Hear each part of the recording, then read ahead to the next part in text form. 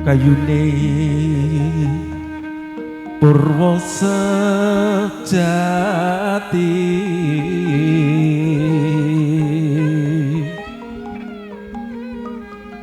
pangra jagat godhong kinarya rumambe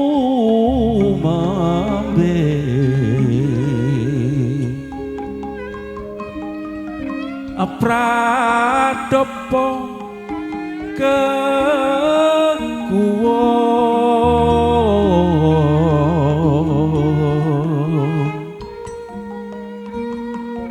kembang lintang salogo langit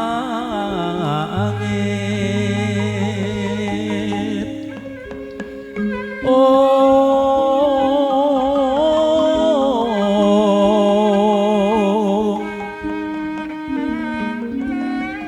surya lanten sini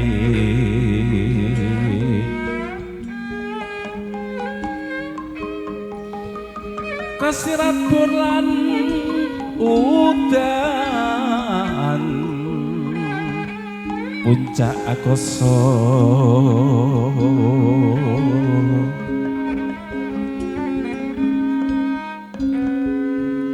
bumi bengkah pratiwi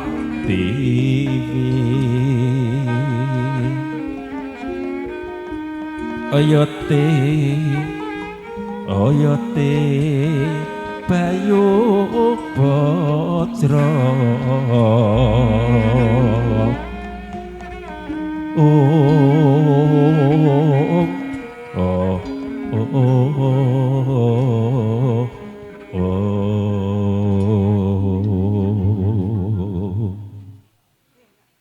rawuh ingkang dahat kirwatan upacara panggih temanten netepi adat widi widono tilaranipun para asepuh tepi saking niat sirik musrik lan tahayul sedaya wau hamung kinarya nyandeng berkahipun Gusti Allah ingkang maha suci mugi-mugi ing tembe gesangipun Sri Atmaja pinanganten sarimpit murih atut rutut raruntungon tinipino saking kuda rencana lan manggih hayu hayu rahayu caos menika panggih temanten kusumaning ayu Silvi Amifta dalasan bagus Rizki Romandoni Saputra tumuli badhe kapurwakan para kadangikan sampun kawiji marahastinaken adicara panggih wonten ing sasana pahargan punika kepareng syoga ing ati samekta ing dherek. Nuwun sewu pinanganten putri kula aturi saha ibu kula aturi lumebat wonten ing sakngajengipun pelaminan. Salajengipun pinanganten kakung dalasan keluarga kula aturi wonten ngajengipun gapura sesarengan bapa saha ibu. Nggih. Formasi ingkang sampun mangke dipun tindakaken ingkang paling ajeng yang paling depan adalah kembar mayang putra yang dari luar, yang di belakangnya nanti mempelai putra yaitu Mas Rizky Romandoni dan Saputra beserta Bapak Ibu, dan yang di belakangnya semua pengiring mengikuti gerak dari kembar mayang putra. Untuk mempelai putrinya berada di dalam sini Mas Mbak dan Bapak Ibu.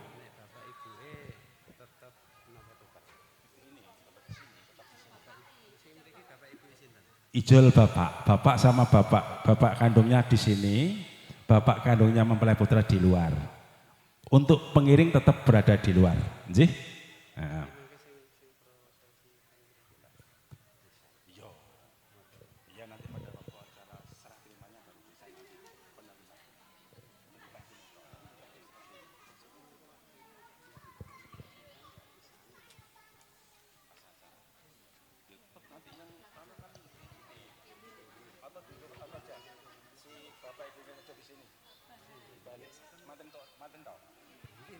Oke, Mas manten putra berada di luar sana. Bapak Sumitra untuk menggandeng si sini, nun sewu, Bapak Sumitra nggih. Nah, putri digandeng. Kembar mayang di depan semua. Nggih.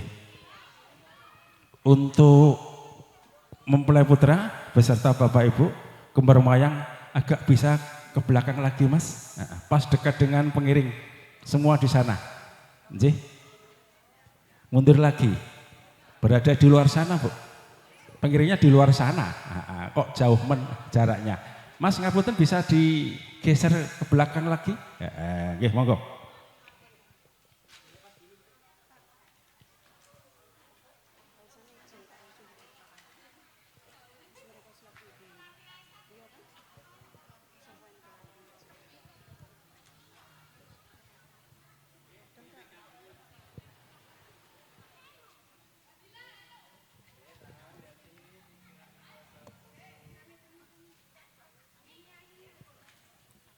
Sampun siaga upacara panggih temanten kapurwakan.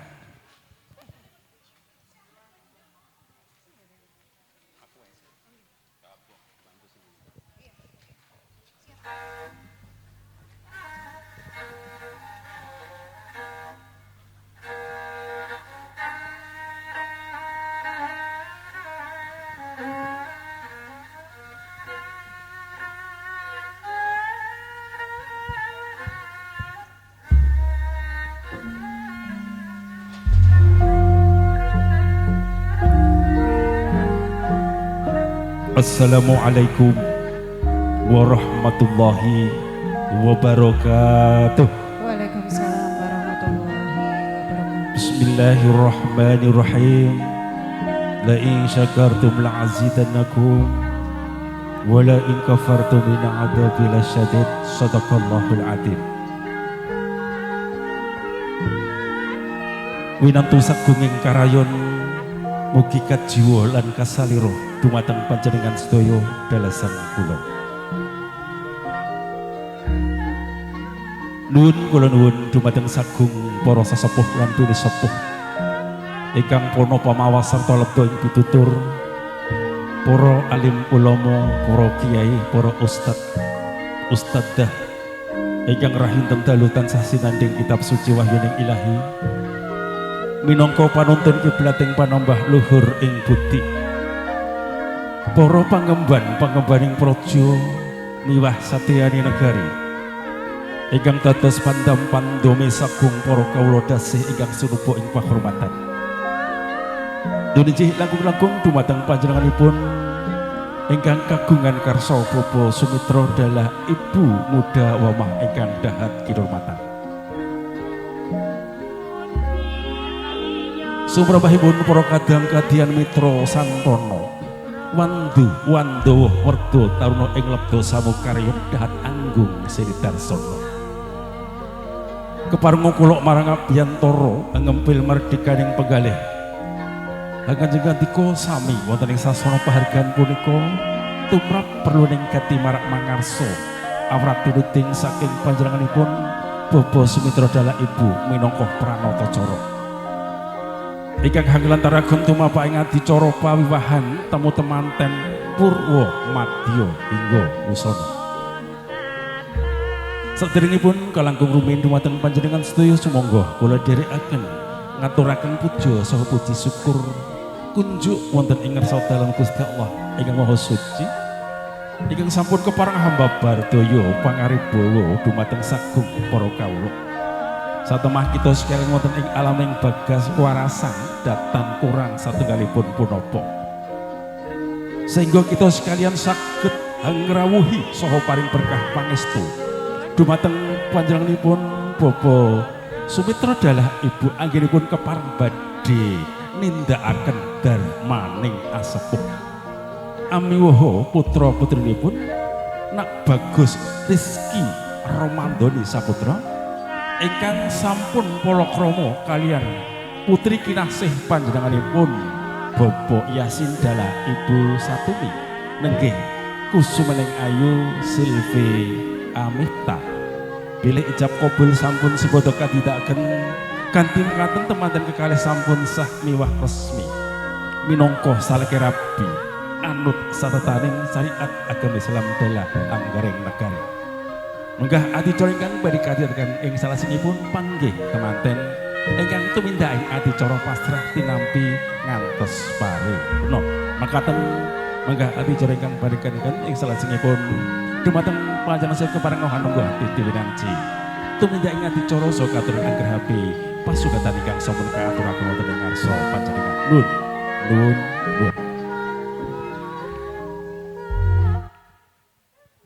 Us dumugi wahyaning mangsa kala dumawaing kodrat wonten titang Gusti ingkang akal jagat ingkang arupi jalu pawestri bangkit manunggalken karsa ngancik wonten ing alaming bebrayan ana tepi adat widi widono tilanipun para sepuh tepi saking najib nggih menika adicara panggih temanten kakung miwas sagung keluarga sampun rawuh wonten ing sakajengipun praktek gapura ingkang badhe nindakaken adicara panggih temanten ingkang sampun nindakaken adicara abdunikah kanthi gangsar lancar mugi-mugi pinanganten sarimpit dados keluarga ingkang sakinah mawaddah warahmah ing kalenggahan punika badhe ngalajengaken adicara panggih temanten rawuhipun pinanganten kantun sinarengan waosan selawat Allahumma sholli ala Muhammad.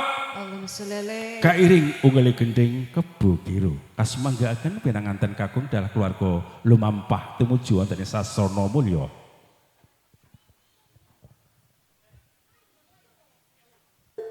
Mas video.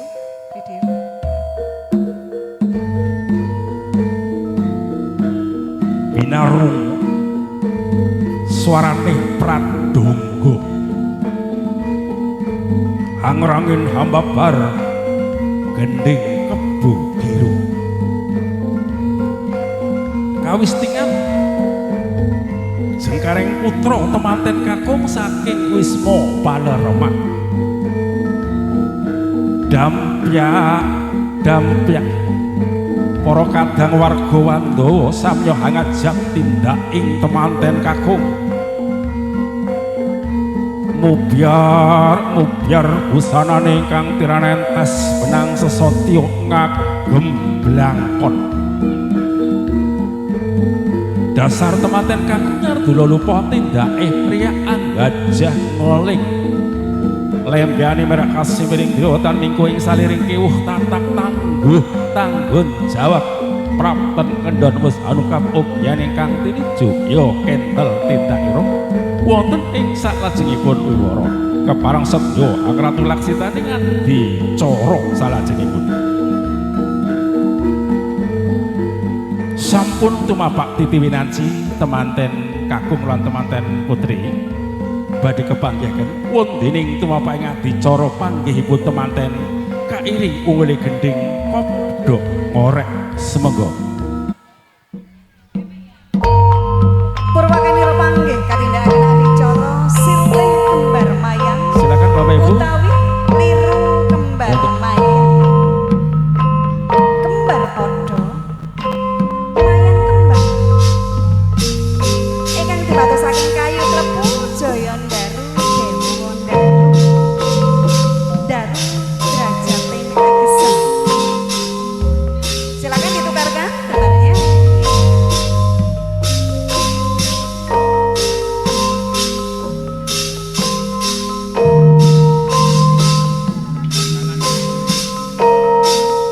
Paripurna salajengipun temanten kemawon ingkang wonten pinuju wonten papan pepanggihan. Silakan mantennya saja yang maju. Mas Silvi, Mas Rizky, sama Mbak Silvi, Mas Sampun. sebentar. Belum ya. Adicara saya hitung ya Mas. 1 2 3 hitung ketiga. Balangan gantal. Paripurna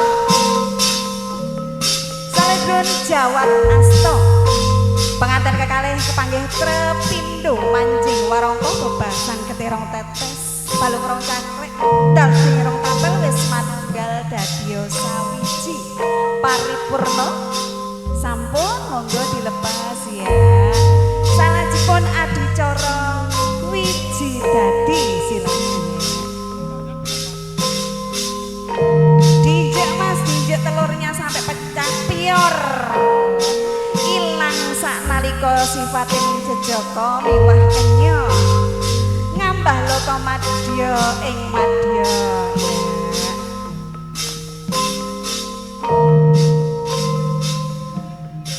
Age-age penganten putri ambasuh samparaning penganten kakung. Ya. Kakinya diinjekkan di bunga Mas yang kanan nggih ya. Pracinani bilih putri kedah bekti mring kakung lelados ing gesangipun. Setya tuhu menapa ingkang dados parentahipun kakung jer parentah kala wau boten alisir saking anggering-anggering agami miwah nagari. Ya, selanjutnya dibersihkan Mbak, dibersihkan sampai bersih.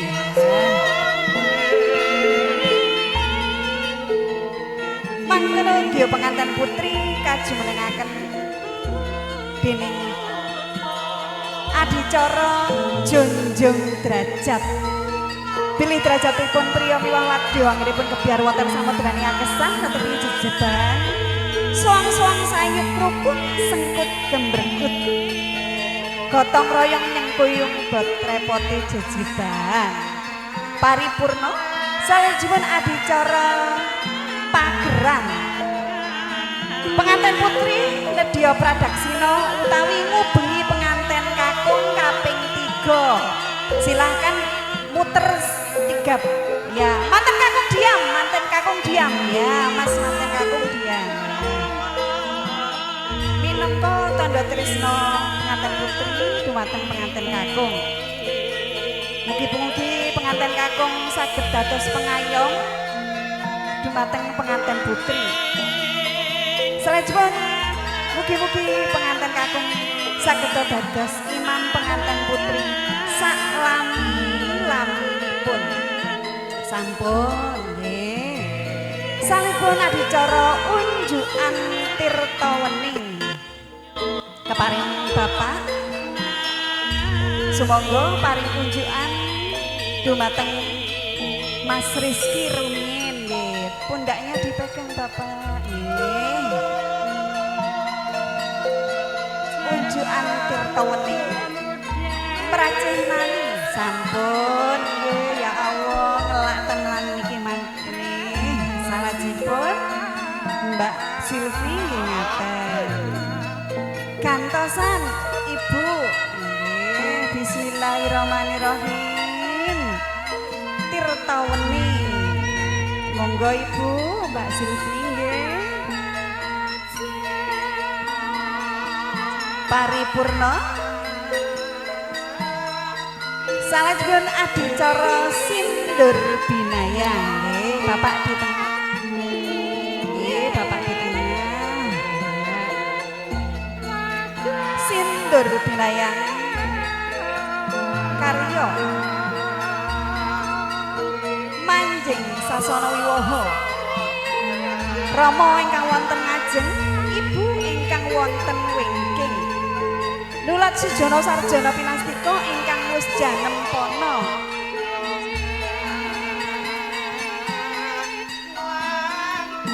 Ing angin cinandi kaliyan Ki Hajar Dewantara.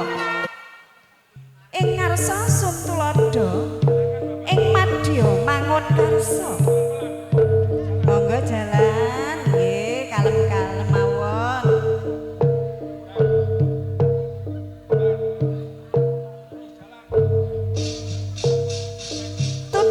Handayani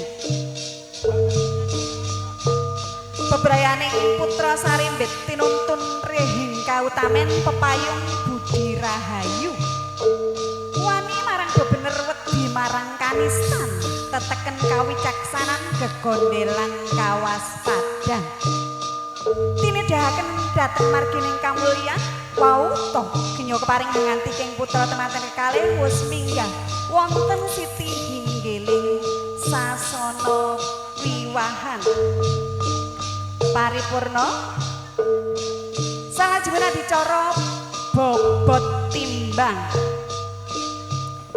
nggih Bapak wonten tengah nggih.